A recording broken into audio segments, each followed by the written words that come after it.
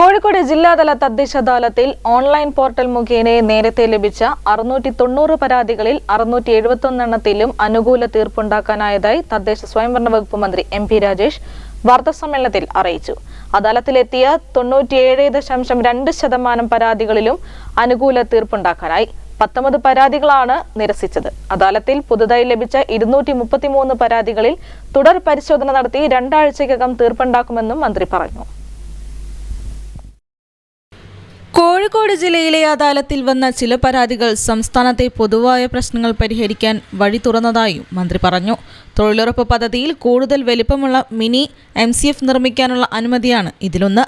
തൊഴിലുറപ്പ് പദ്ധതിയിലൂടെ നിർമ്മിക്കുന്ന മിനി MCFകളുടെ സ്പെസിഫിക്കേഷൻ ഇനി മുതൽ തദ്ദേശ സ്ഥാപനങ്ങൾക്ക് തീരുമാനിക്കാം. തൊഴിലുറപ്പ് മിഷൻ അംഗീകരിച്ച സ്പെസിഫിക്കേഷനിൽ നിർമ്മിക്കുന്നവ ചെറുതാണെന്നും കൂടുതൽ വലിപ്പമുള്ളവ അനുവദിക്കണമെന്നും ആവശ്യപ്പെട്ട് മൂടാടി പഞ്ചായത്ത് പ്രസിഡന്റ് കെ. ശ്രീകുമാർ നൽകിയ പരാതിയിലാണ് തീരുമാനം. ഇത് സംബന്ധിച്ച് പൊതുനിർദ്ദേശം സർക്കാർ പുറപ്പെടുവിക്കുമെന്നും മന്ത്രി പറഞ്ഞു. നടൻ വിജിലേഷിന്റെ വീടിന് ഒക്യുപേഷൻ സർട്ടിഫിക്കറ്റ് ലഭിക്കാത്തതുമായി ബന്ധപ്പെട്ട പരാതിക്കും അദാലത്തിൽ പരിഹാരം കണ്ടെത്താനായി. അരിക്കുളം പഞ്ചായത്തിലെ 2-ാം വാർഡിൽ വിജിലേഷ് പുതുതായി നിർമ്മിച്ച 188.51 ചതുരശ്ര മീറ്ററിലുള്ള വീടുമായി ബന്ധപ്പെട്ടായിരുന്നു പരാതി. വീടിന്റെ സമീപത്തെ ഇടവഴിയുമായി കെട്ടിടത്തിന് 1.5 മീറ്റർ അകലമില്ലെന്ന കാരണത്താൽ അപേക്ഷ നിരസിക്കപ്പെടുകയായിരുന്നു. എന്നാൽ ഒരു വശം അടഞ്ഞതും 75 മീറ്ററിൽ കുറഞ്ഞ നീളമുള്ളതുമായ തെരുവുകളുടെ അതിരിലുള്ള പ്ലോട്ടുകളിൽ നിർമ്മിക്കുന്ന കെട്ടിടങ്ങളാണെങ്കിൽ നിബന്ധനകൾക്ക് വിധേയമായി അകലം 1 മീറ്ററായി കുറയ്ക്കാനുള്ള തീരുമാനം ചട്ടഭേദഗതിയിലൂടെ കൈക്കൊണ്ടാണ് പ്രശ്നം പരിഹരിച്ചത്. ഇതിന്റെ അടിസ്ഥാനത്തിൽ പരാതി ഉന്നയിച്ച് അരമണിക്കൂറിനകം വിജിലേഷന് അദാലത്തിൽ വെച്ച് തന്നെ ഒക്യുപ്പൻസി സർട്ടിഫിക്കറ്റ് നൽകാനായതായും മന്ത്രി പറഞ്ഞു. റോഡില്ലാത്തതിനാൽ 18-കാരനായ മകനെ ചികിത്സയ്ക്കും മറ്റുമായി പുറത്തെത്തിക്കുന്നത് പ്രയാസമാണെന്ന പരാതിയുമായി എത്തിയ ചേളന്നൂർ ഉമ്മൻകൊത്തിയിലെ ടി. ആബിദ് നൽകിയ പരാതിയിലും അനുകൂല തീരുമാനം കൈക്കൊള്ളാനായതായി മന്ത്രി പറഞ്ഞു. റോഡിന് ആവശ്യമായ 8 ലക്ഷം രൂപ പഞ്ചായത്തിന്റെ പക്കൽ ഉണ്ടായിരുന്നില്ല.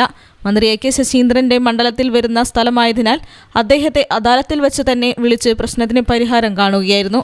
MLA ഫണ്ടിൽ നിന്ന് 8 ലക്ഷം രൂപ റോഡിന് അനുവദിക്കാമെന്ന് വനംവകുപ്പ് മന്ത്രി നൽകിയ ഉറപ്പിലാണ് പരാതിക്ക് പരിഹാരമായതെന്നും മന്ത്രി പറഞ്ഞു. കേരളോത്സവം പഞ്ചഗുസ്തി മത്സരത്തിനിടെ കൈമുട്ടിന് പരിക്കേറ്റ കുന്നമംഗലം സ്വദേശി ദിയ അഷ്റഫിന് ചികിത്സയ്ക്ക് ചെലവായ തുകയും അധിക ധനസഹായമായി 2 ലക്ഷം രൂപയും അദാലത്തിൽ അനുവദിച്ചതായും മന്ത്രി അറിയിച്ചു. പഞ്ചായത്തിനായി നിർമ്മിച്ച കുടിവെള്ള പദ്ധതിയുടെ ബിൽ തുകയായ 72,869 രൂപ ഉദ്യോഗസ്ഥന്റെ അവസ്ഥ കാരണം കിട്ടിയില്ലെന്ന പരാതിയുമായി അദാലത്തിലെത്തിയ മേപ്പയ്യൂർ അമ്പാട്ടുമ്മൽ ചേക്കൂട്ടിക്കും അനുകൂല തീരുമാനമുണ്ടാക്കി നൽകാനായി. തുക പലിശ സഹിതം 2 ആഴ്ചക്കകം തിരികെ നൽകാനാകും. അതിന്റെ പലിശ വീഴ്ച വരുത്തിയ ഉദ്യോഗസ്ഥനിൽ നിന്ന് ഈടാക്കാനും പഞ്ചായത്തിന് നിർദ്ദേശം നൽകി. സമാനമായ മറ്റൊരു കേസിൽ പരാതിക്കാരൻ ആദായ നികുതി ആദായകനാണെന്ന് ഉദ്യോഗസ്ഥൻ തെറ്റായ റിപ്പോർട്ട് നൽകിയതിന്റെ അടിസ്ഥാനത്തിൽ ഭിന്നശേഷി പെൻഷൻ മുടങ്ങിയതായി ചെങ്ങോട്ടുകാവ് പഞ്ചായത്തിലെ വിജയകുമാർ എന്നയാൾ നൽകിയ പരാതിയും പരിഹരിക്കാനായി.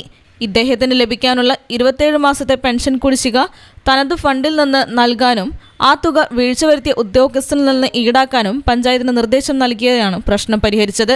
അഹമ്മദ് ദേവർകോവിൽ MLA, ജില്ലാ panchayat president Sheeja Sasi, LSGD urban director Suraj Shaji, rural director Dinesan Cheruvattil എന്നിവരും വാർത്താസമ്മേളനത്തിൽ പങ്കെടുത്തു.